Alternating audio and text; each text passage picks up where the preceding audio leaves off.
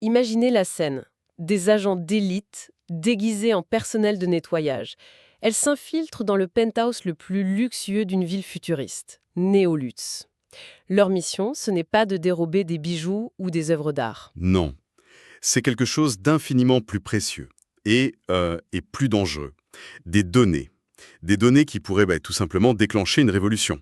Et ce qui est exceptionnel ici, c'est que notre source principale pour cette analyse, c'est un enregistrement audio. Brut. On est vraiment plongé au cœur de l'action. On entend les communications en temps réel d'une équipe de 4 hackeuses surnommées les sorcières. Oui, on les suit pas à pas. Exactement. Leur mission, récupérer les enregistrements d'un concert mythique, celui des Andromèdes, caché sur un serveur privé ultra sécurisé. C'est un document rare qui nous permet de reconstituer non seulement les faits, mais aussi la tension, la dynamique et même les conflits internes du groupe. C'est ça qui est fascinant. On a une source qui, à première vue, se lit comme un film de braquage, mais si on creuse un peu, c'est en réalité l'histoire de 3 forces qui s'affrontent. Ah oui. D'un côté, la puissance brute de l'ennemi, la corporation. De l'autre, l'ingéniosité de ses hackeuses. Et au milieu, la force peut-être la plus instable de toutes, les failles idéologiques qui commencent à fissurer leur propre équipe. On va voir comment ça se manifeste à chaque étape. Exactement. On va commencer par planter le décor, cette prison dorée qui est Néolutz, pour bien comprendre les enjeux. Puis, on suivra l'infiltration physique, qui est un chef-d'œuvre de ruse. Ensuite, la plongée dans le serveur. Voilà, un univers virtuel à part entière. Et enfin, on découvrira ce que ces fameux enregistrements, ce qu'ils révèlent vraiment. Alors, commençons par le contexte. Néolutz. Rien que le nom, ça sonne à la fois nouveau et très ancien. Mais ce n'est pas une utopie, loin de là. Non, c'est une métropole qui est vraiment scindée en deux mondes qui s'ignorent. Au centre, il y a Nouvelle-Versailles. Le nom est bien choisi. Oui, c'est un havre de luxe et de technologie pour l'élite corporatiste, les dirigeants, les ultra-riches. Et tout autour, il y a les banlieues. Et leurs habitants, les banlieusards, sont considérés comme une main-d'œuvre jetable. Ils n'ont le droit d'entrer à Nouvelle-Versailles que pour travailler. Ils nettoient, ils servent, puis ils doivent repartir. Et c'est là qu'on tombe sur un détail dans la source, un truc qui fait froid dans le dos et qui définit tout le système. Mhm. Pour entrer en ville, ces travailleurs doivent porter un collier, avec un compte à rebours.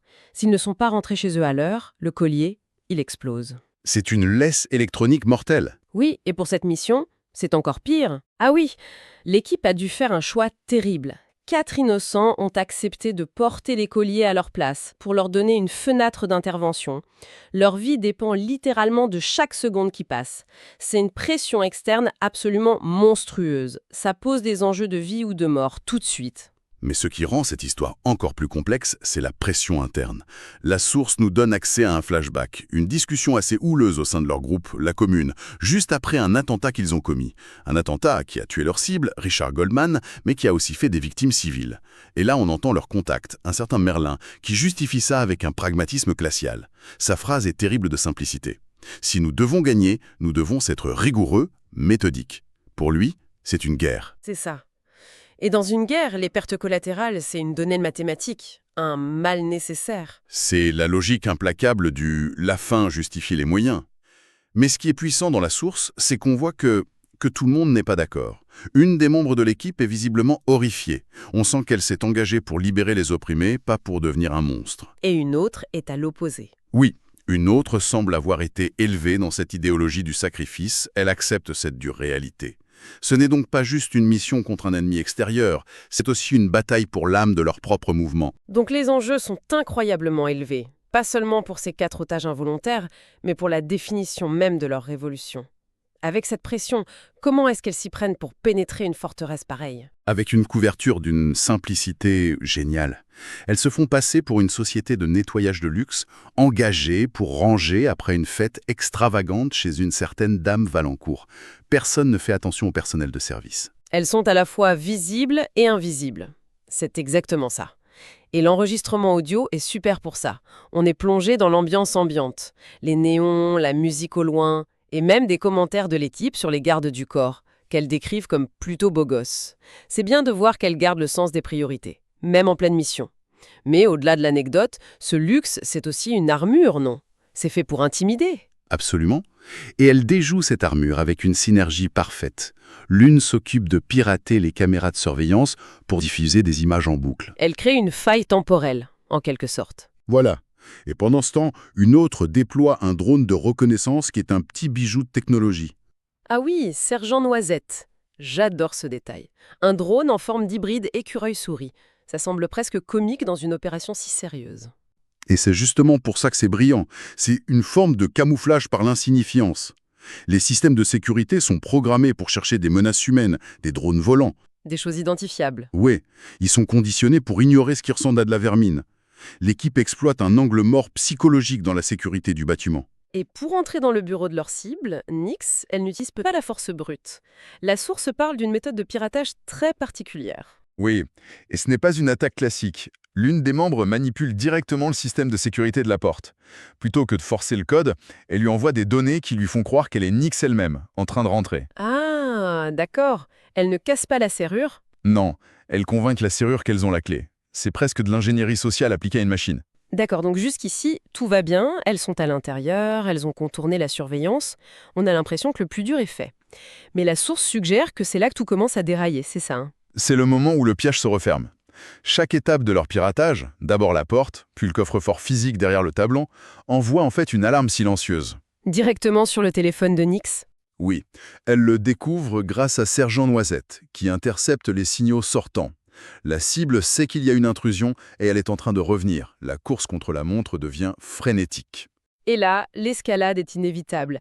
Elles réussissent à extraire le serveur physique du coffre, mais en sortant, elles tombent sur une patrouille de garde. Exactement. La seule issue, c'est l'extérieur. Et là, la mission change complètement de nature. On passe d'un casse cérébral, fait de code et de furtivité, à une scène d'action pure. L'enregistrement doit devenir dingue à ce moment-là.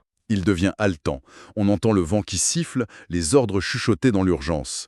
Elles sont littéralement en train d'escalader la façade du gratte-ciel en transportant le serveur pour atteindre une buanderie quelques étages plus bas. Pour établir une nouvelle base d'opération. Donc, elles ont réussi l'extraction, mais elles sont piégées dans une autre partie du bâtiment. Et c'est là qu'elles se connectent enfin au serveur. Qu'est-ce qu'elles trouvent à l'intérieur? Elles entrent dans ce que les données appellent le sanctuaire. Et le décor change radicalement. On quitte le monde physique pour un univers virtuel, surréaliste. La source le décrit comme un océan de symboles algorithmiques, avec des îles paradisiaques sous un soleil rouge sang. Ce n'est pas une interface classique, c'est un paysage de données. Un système de sécurité qui est aussi une œuvre d'art, en quelque sorte. Comment est-ce qu'on navigue là-dedans? C'est une série d'énigmes. Le système est conçu comme une quête mythologique. D'abord, elle repère une barque, qui semble être le moyen de transport évident.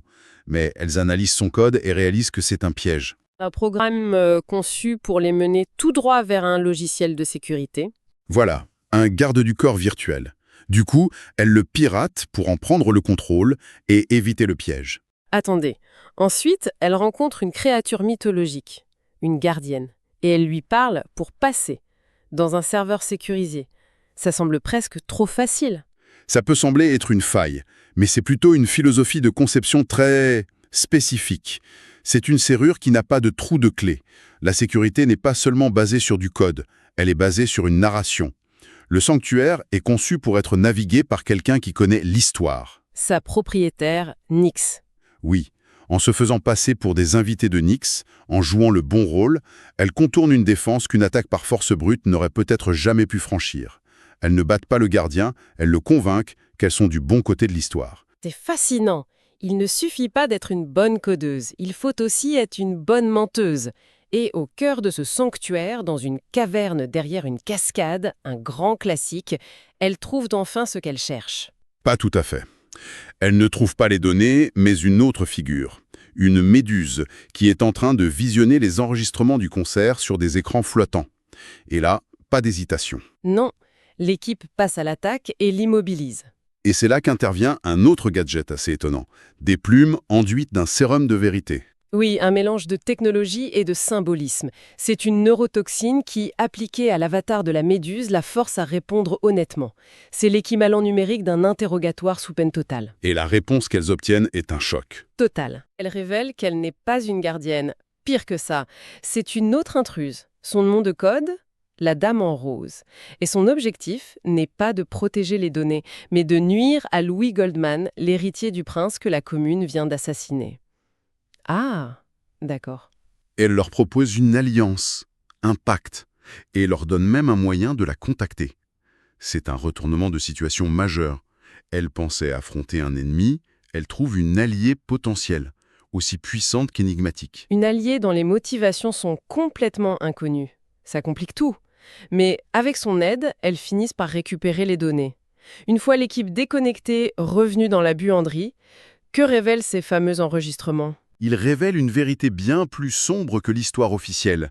On parlait d'un drame, d'un accident. Les enregistrements montrent un assassinat de masse, orchestré. On voit les 3 membres du groupe, les Andromèdes, s'effondrer et mourir sur scène. Et juste après, on voit des agents d'une corporation, Gemocorp. La source précise qu'ils retirent les puces corticales des artistes. Qu'est-ce que ça signifie ? Qu'est-ce qu'ils leur prennent ? C'est encore plus sinistre que de simplement voler des données. Dans cet univers, les puces corticales, ce sont des implants cérébraux qui stockent l'essence d'une personne. Ses souvenirs, sa conscience. Ces processus créatifs, Voilà. Gemocorp n'était pas là pour effacer les preuves. Ils étaient là pour récolter l'âme des artistes. C'est une forme de vampirisme corporatiste. Ils ne se contentent pas de les réduire au silence. Ils volent leur génie pour le réutiliser. C'est absolument monstrueux. Et je suppose que la raison de tout ça, on la trouve dans leur musique. exactement. L'équipe met la main sur la dernière chanson du groupe, celle qui n'a jamais été diffusée. Et les paroles sont sans équivoque. Ce n'est pas une métaphore, c'est un appel direct, enflammé à la rébellion contre les corporations. Contre le système de néolutte. Le concert n'était pas juste un événement musical, c'était un acte politique.